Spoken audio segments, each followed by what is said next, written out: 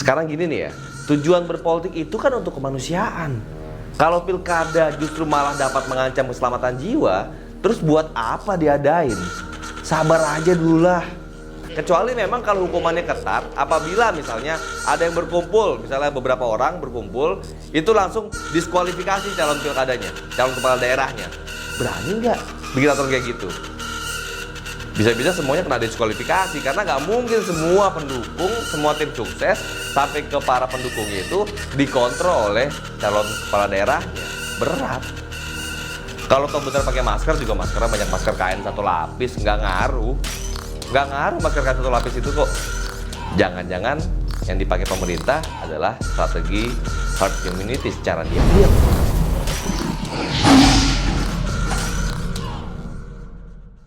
Ya, assalamualaikum warahmatullahi wabarakatuh teman-teman semua. Balik lagi bersama gue Vasco Rusemi di Macan Idealis. Nah kawan, hari ini perlu ada yang kita bahas mengenai Pilkada 2020 yang akan ditunda. Mungkinkah Pilkada 2020 itu akan ditunda? Mengenai penyelenggaraan Pilkada serentak 2020 itu digelar di tengah situasi pandemi COVID-19. Kondisi ini menjadi perhatian dari sejumlah pihak, diantaranya pengurus pusat PP Muhammadiyah. Ketua Umum PP Muhammadiyah, Haidar Nasir pun angkat bicara mengenai penyelenggaraan Pilkada 2020 di tengah situasi pandemi COVID-19. Haidar menyarankan agar penyelenggaraan Pilkada serentak 2020 yang digelar di tengah kondisi pandemi virus corona ini bisa segera ditunda pelaksanaannya. Haidar meminta kepada KPU agar pembahasan masalah Pilkada serentak 2020 ini bersama dengan Kemendagri, DPR, dan instansi terkait lainnya agar segera pemilu kada 2020 ini dapat ditinjau kembali, jadwal pelaksanaannya maupun aturan kampanye yang melibatkan kerumunan massa. Haidar juga meminta agar kondisi pandemi corona saat ini menjadi pertimbangan tersendiri bagi penyelenggara Pilkada serentak 2020. Salah satu pertimbangannya adalah kondisi di tengah pandemi COVID-19 dan demi keselamatan bangsa serta menjamin pelaksanaan yang berkualitas. KPU itu juga hendaknya mempertimbangkan dong dengan seksama agar pemilu kada 2020 itu ditunda pelaksanaannya sampai keadaan memungkinkan. Karena memang keselamatan masyarakat jauh lebih utama dibandingkan dengan pelaksanaan pemilu kada yang berpotensi memang menjadi klaster penularan COVID-19 berikutnya, men. Sekarang gini nih ya, tujuan berpolitik itu kan untuk kemanusiaan. Kalau pilkada justru malah dapat mengancam keselamatan jiwa, terus buat apa diadain? Sabar aja dulu lah. Sebelumnya kan juga yang menarik nih ya, pengurus besar Nahdlatul Ulama yang juga meminta KPU, pemerintah, dan DPR RI untuk menunda penyelenggaraan pemilihan kepala daerah serentak 2020 demi menjaga kesehatan rakyat. Ini kompak nih, NU sama Muhammadiyah nih, tumben. Nah, pelaksanaan pilkada meskipun dengan protokol kesehatan yang diperketat, dinilai masih sangat sulit terhindar dari segala macam konsentrasi orang dalam jumlah yang banyak dalam seluruh tahapannya. NU juga meminta untuk segera merelokasikan anggaran pilkada bagi penanganan krisis kesehatan dan penguatan jaring pengaman sosial. Selain itu, NU juga mengingatkan kembali dan atas rekomendasi rekomendasi Konferensi Besar Nahdlatul Ulama tahun 2012 kemarin di Kempak Cirebon perihal perlunya meninjau ulang pelaksanaan pilkada yang banyak menimbulkan mudarat serta berupa politik uang dan politik yang biaya tinggi. Pernyataan sikap itu memang mencermati perkembangan penanggulangan pandemi COVID-19 ini. Upaya pengetatan PSBB ini sih memang perlu buat didukung tanpa mengabaikan ikhtiar untuk menjaga keberlangsungan kehidupan ekonomi masyarakat. Nah, menurut Nahdlatul Ulama nih katanya nih, berpendapat bahwa melindungi kelangsungan hidup dengan protokol kesehatan sama pentingnya dengan menjaga kelangsungan ekonomi masyarakat, sama pentingnya. Namun, karena penularan COVID-19 telah mencapai tingkat darurat, prioritas utama kebijakan negara dan pemerintah selayaknya memang diorientasikan untuk mengentaskan krisis kesehatan. Sementara itu, di tengah upaya menanggulangi dan memutus tali rantai penyebaran COVID-19, memang Indonesia tengah menghadapi agenda politik.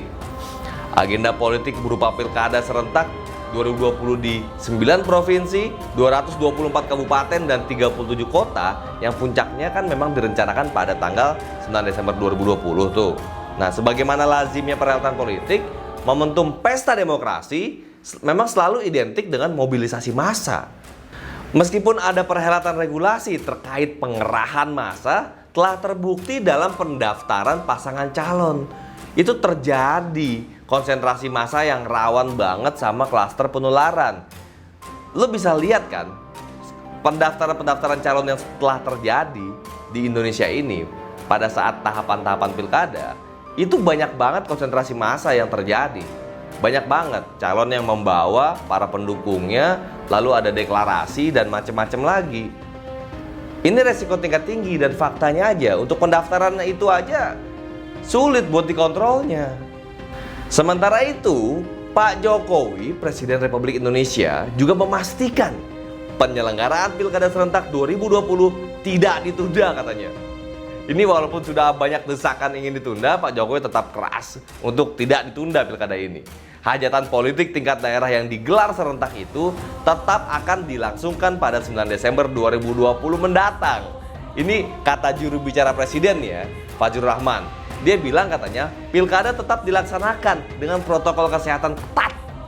Itu dilakukan lantaran penyelenggaraan pilkada ini berbarengan dengan masa pandemi COVID-19 di tanah air. Katanya menurut jubir Presiden ini, penyelenggaraan pilkada 2020 itu tetap sesuai jadwal pada tanggal 9 Desember 2020. Dengan alasan demi menjaga hak konstitusi rakyat, hak dipilih, dan hak memilih. Pilkada juga harus dilakukan dengan disiplin protokol kesehatan ketat, serta disertai penegakan hukum dan sanksi tegas agar tidak terjadi klaster baru di pilkada. Sanksi tegas yang kayak gimana nih maksudnya nih? Apa cuma di pre-wit doang? Prit, bubar. Berapa? Rakyat kita kalau udah ngumpul bubarinnya susah gitu. Lebih baik memang ditunda dulu deh, sabar dulu deh. Kecuali memang kalau hukumannya ketat, apabila misalnya ada yang berkumpul, misalnya beberapa orang berkumpul, itu langsung diskualifikasi calon pilkadanya, calon kepala daerahnya. Berani nggak bikin aturan kayak gitu? Bisa-bisa semuanya kena diskualifikasi, karena nggak mungkin semua pendukung, semua tim sukses sampai ke para pendukungnya itu dikontrol oleh calon kepala daerahnya. Berat. Faktanya kan udah jelas banget tuh. Fakta udah jelas kok. Pada saat kita lihat kemarin pendaftaran para calon kepala daerah, mereka rata-rata bawa semua pendukungnya, rame dan berkumpul kok. Kalau toh bener pakai masker juga, maskernya banyak masker kain satu lapis, nggak ngaruh masker kain satu lapis itu kok. Jangan-jangan yang dipakai pemerintah adalah strategi herd immunity secara diam-diam.